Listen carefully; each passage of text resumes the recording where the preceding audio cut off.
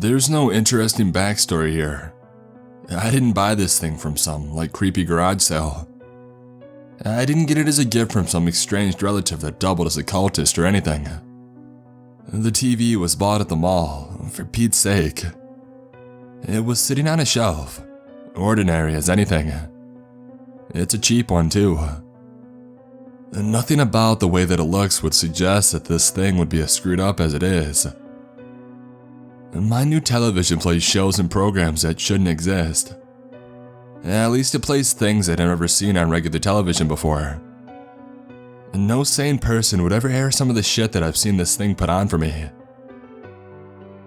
When I brought it home this afternoon, I spent some time screwing around with it, as one does when they buy new electronics.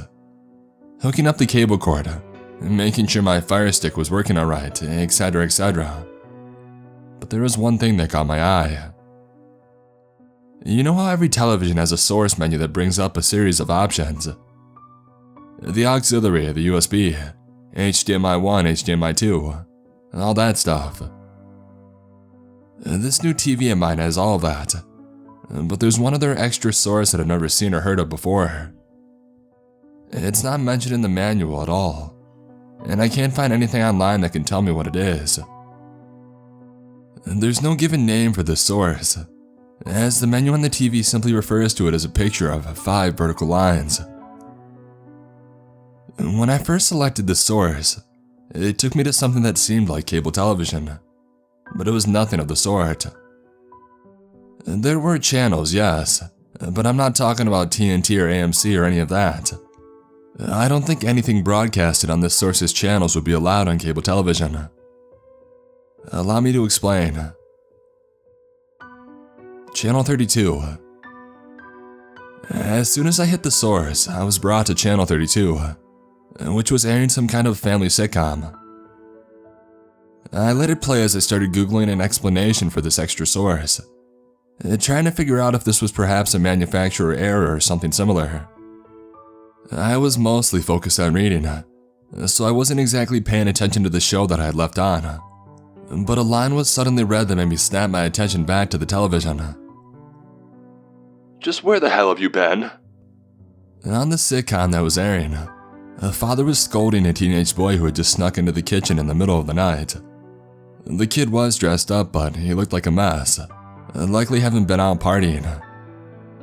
As soon as the father had sworn at him, the studio audience for the show laughed. The kid began. The father cut him off. I've been waiting for you all night.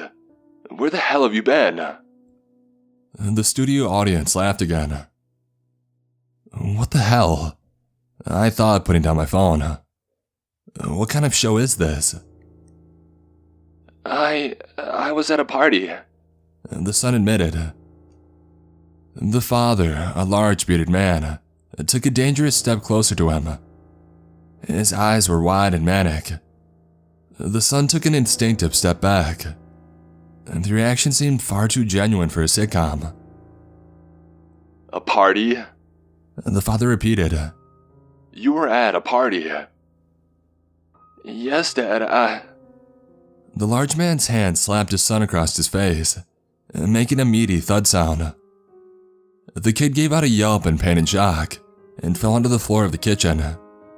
The father stood above him, practically frothing at the mouth with anger. And for a third time, the studio audience laughed.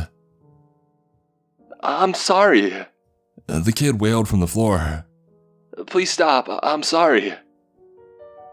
But the father was now kicking him relentlessly. His back was to the camera.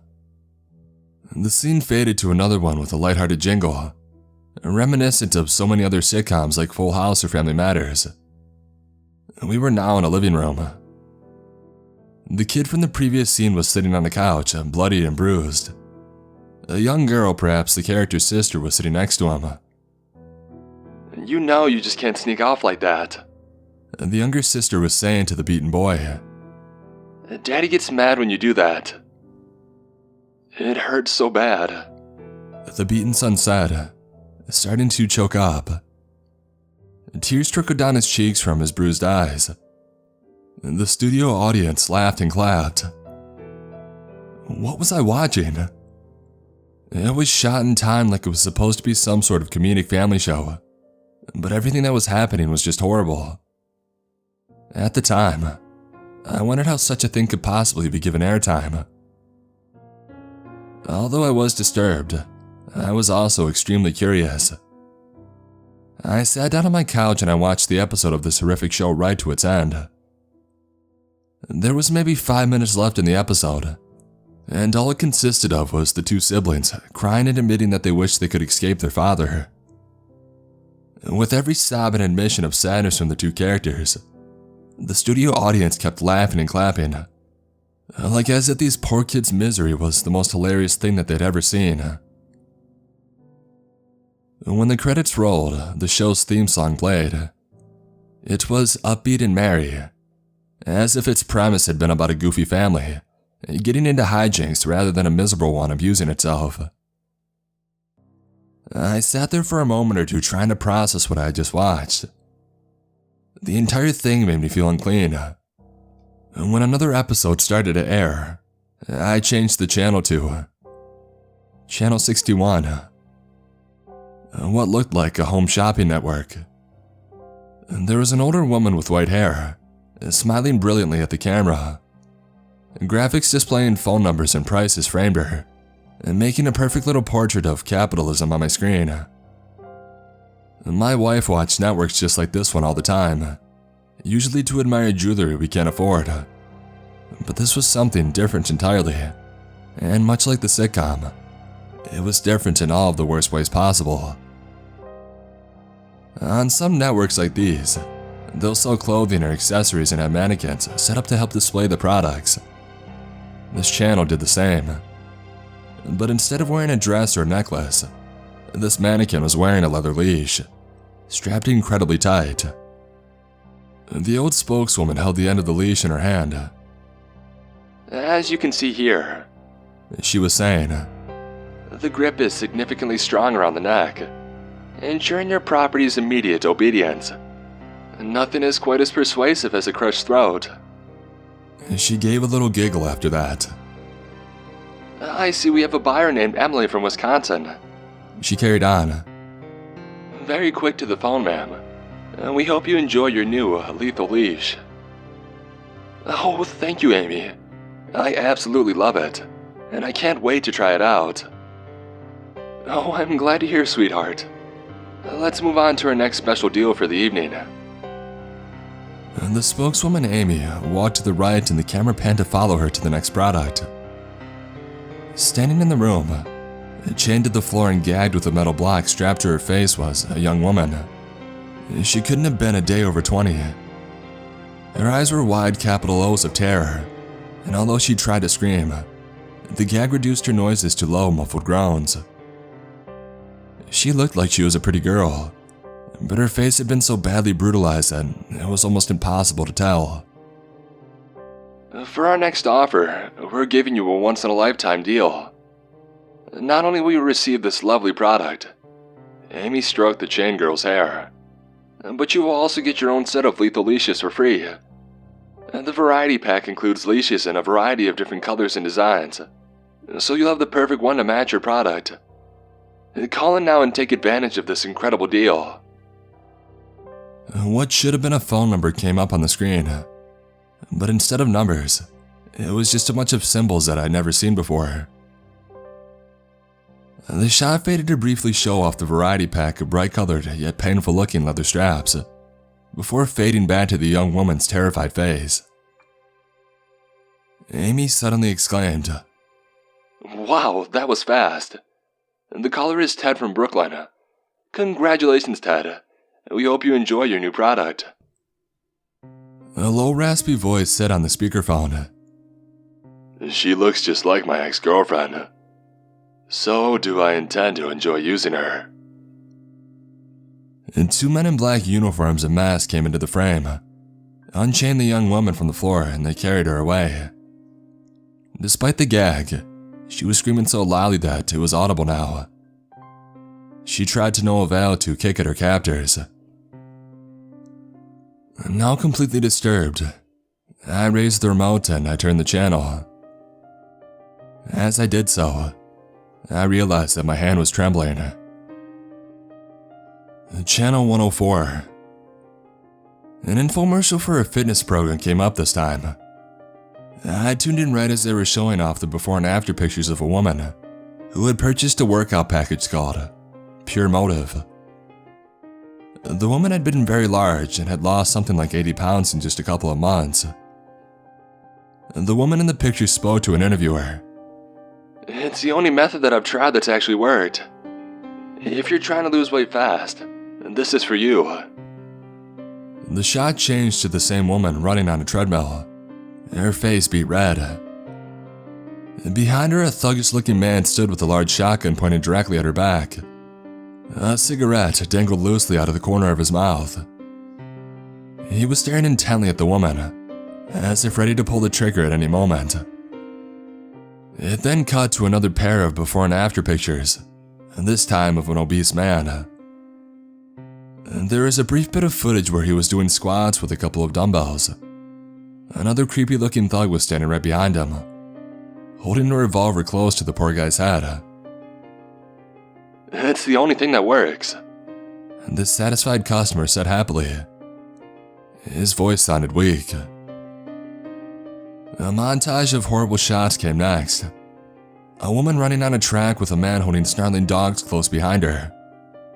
A group of people doing jumping jacks while thugs with assault rifles walked around them, watching closely. And finally, an incredibly large person trying to do push-ups. He was crying hysterically. A voiceover said condescendingly, There is no room for laziness when it comes to Pure Motive. The large man was no match against gravity and fell flat upon his face. As soon as he did, he screamed, No, no, please. 4 men came into frame and started to kick the shit out of him. They went on for what felt like forever, until the guy was spewing blood and teeth out of his mouth.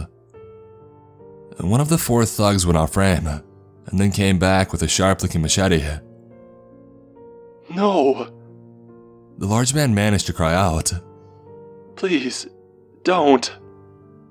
The thug raised the machete up with both hands, like a medieval executioner, and then brought it down on the large man's head. I changed the channel as soon as the blade hit its mark. Channel 11. This channel aired a commercial promoting a new burger from some restaurant chain I had never heard of. It soon became apparent that the burger was made from people, most specifically, their limbs. For dessert, the restaurant was serving large bowls of human earwax. 2 actors looked hungrily at their bowls and then started to dig in. I retched and I changed the channel.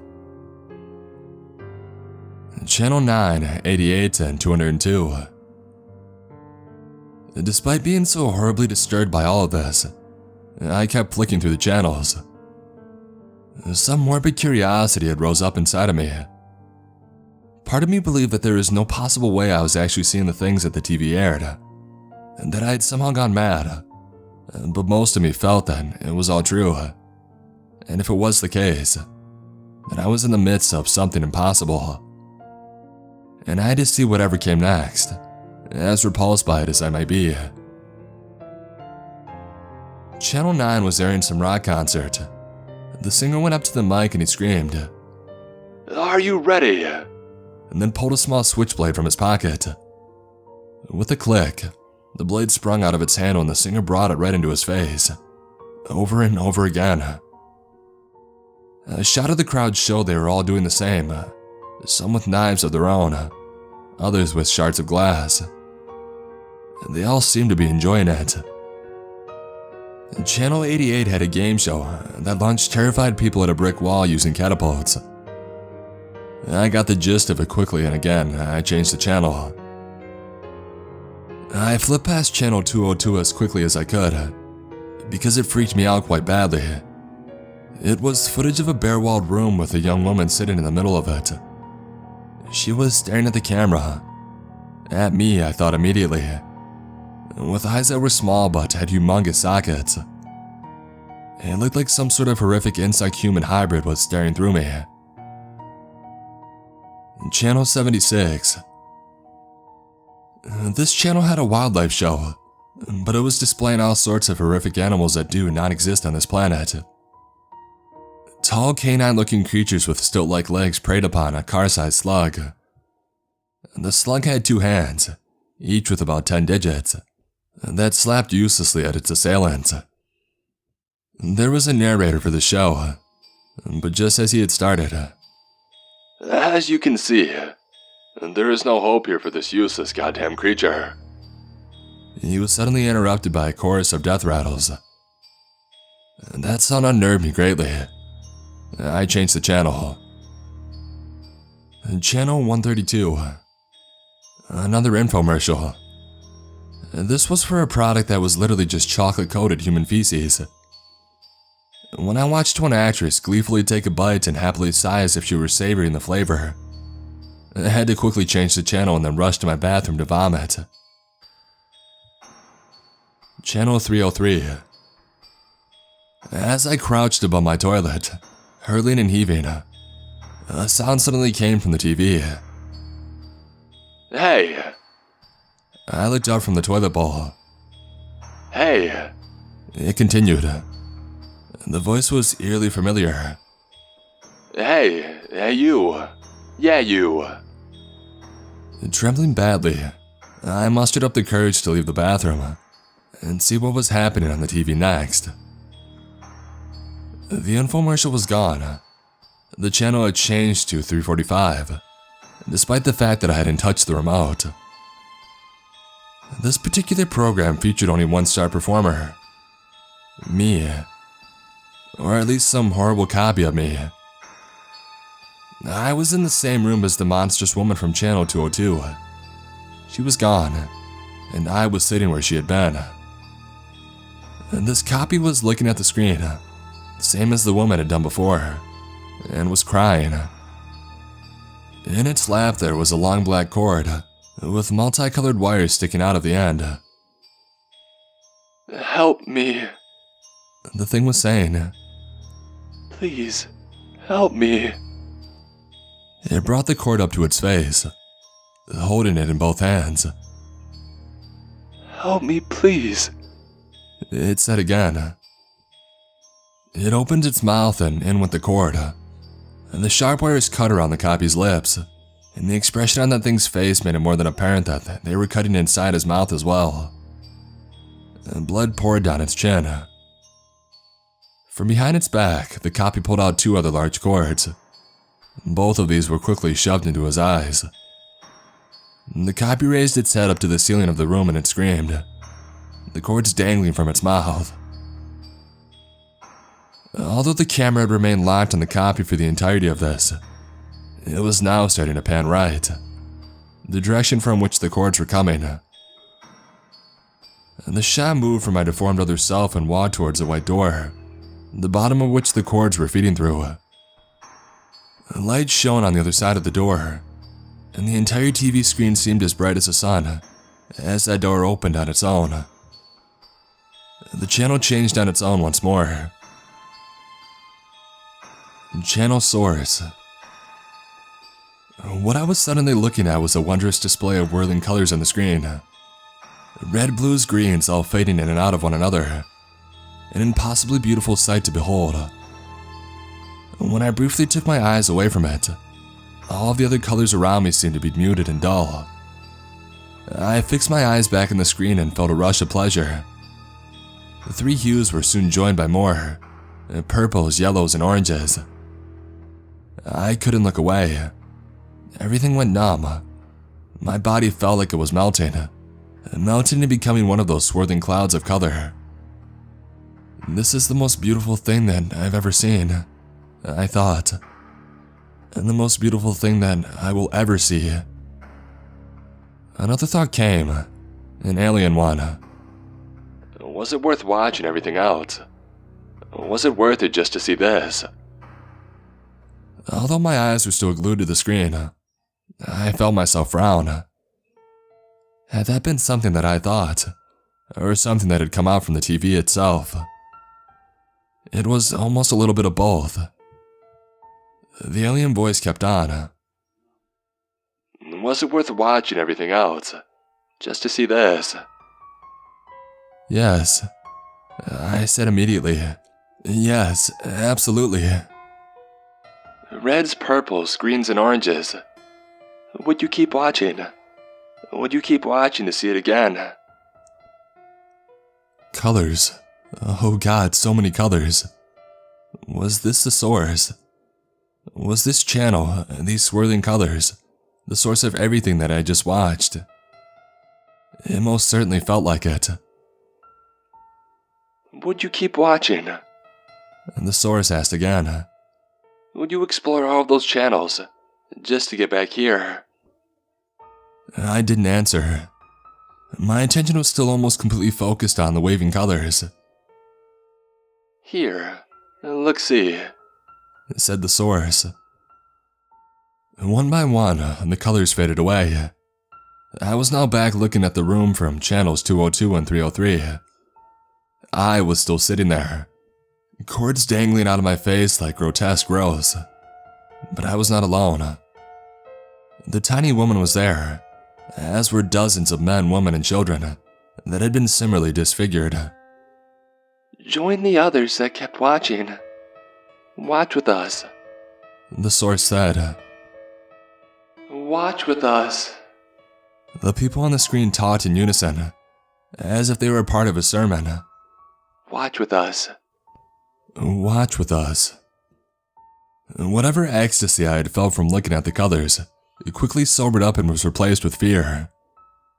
I hurried over to the television and I pulled its power cord out of the socket behind it. Shaking, I sat down on my couch. When I glanced at the clock in my living room, I was shocked to find that around 5 hours had passed since I had first put the TV on. Had I really been staring at those colors for so long? I've been sitting here for another hour, just looking at the blank TV and thinking. I plugged it back in but have not turned it on yet. I keep fiddling with the remote. Would you keep watching? The programs this thing presented to me had been the most horrific things I'd ever seen on a screen. However, those colors had been the most beautiful thing that I'd ever seen on a screen. Would you keep watching? I mean, the remote's in my hand. The colors are just a couple awful channels away. Watch with us. I just might, honestly. I just might.